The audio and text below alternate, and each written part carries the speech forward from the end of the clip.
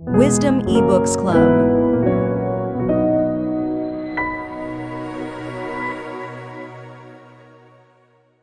Exodus chapter 18. Jethro's advice.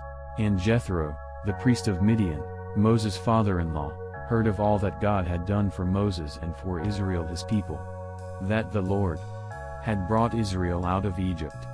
Then Jethro, Moses' father-in-law, took Zipporah, Moses' wife, after he had sent her back, with her 2 sons, of whom the name of one was Gershom.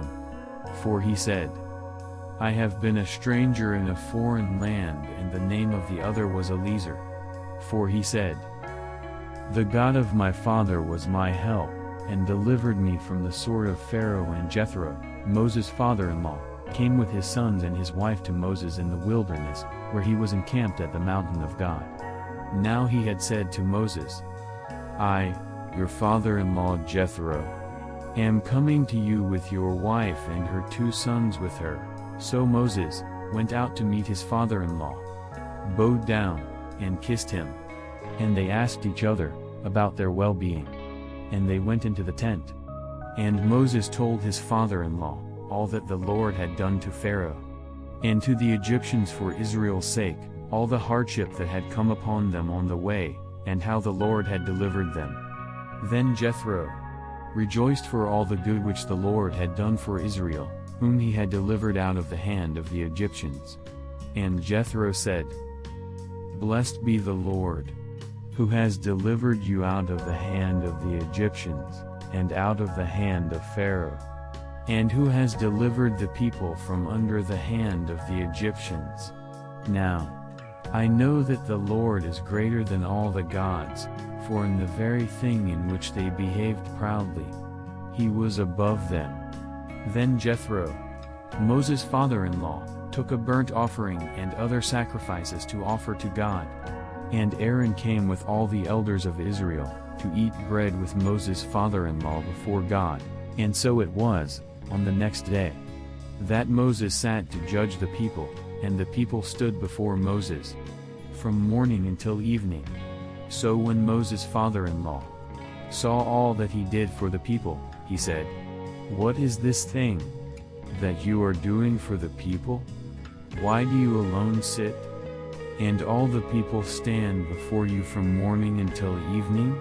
And Moses said to his father-in-law, Because the people come to me to inquire of God.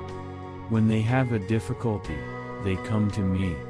And I judge between one and another, and I make known the statutes of God and his laws. So Moses' father-in-law said to him, The thing that you do is not good.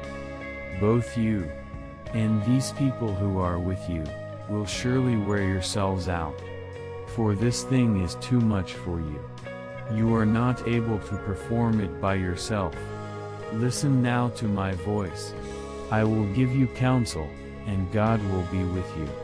Stand before God for the people, so that you may bring the difficulties to God. And you shall teach them the statutes and the laws, and show them the way in which they must walk and the work they must do. Moreover, you shall select from all the people able men, such as fear God, men of truth, hating covetousness, and place such over them to be rulers of thousands, rulers of hundreds, rulers of 50s, and rulers of 10s. And let them judge the people at all times. Then it will be that every great matter they shall bring to you, but every small matter they themselves shall judge. So it will be easier for you, for they will bear the burden with you.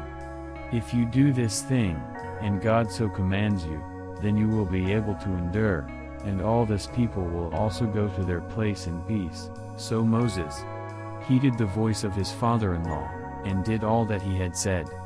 And Moses chose able men out of all Israel, and made them heads over the people, rulers of thousands, rulers of hundreds, rulers of 50s, and rulers of 10s.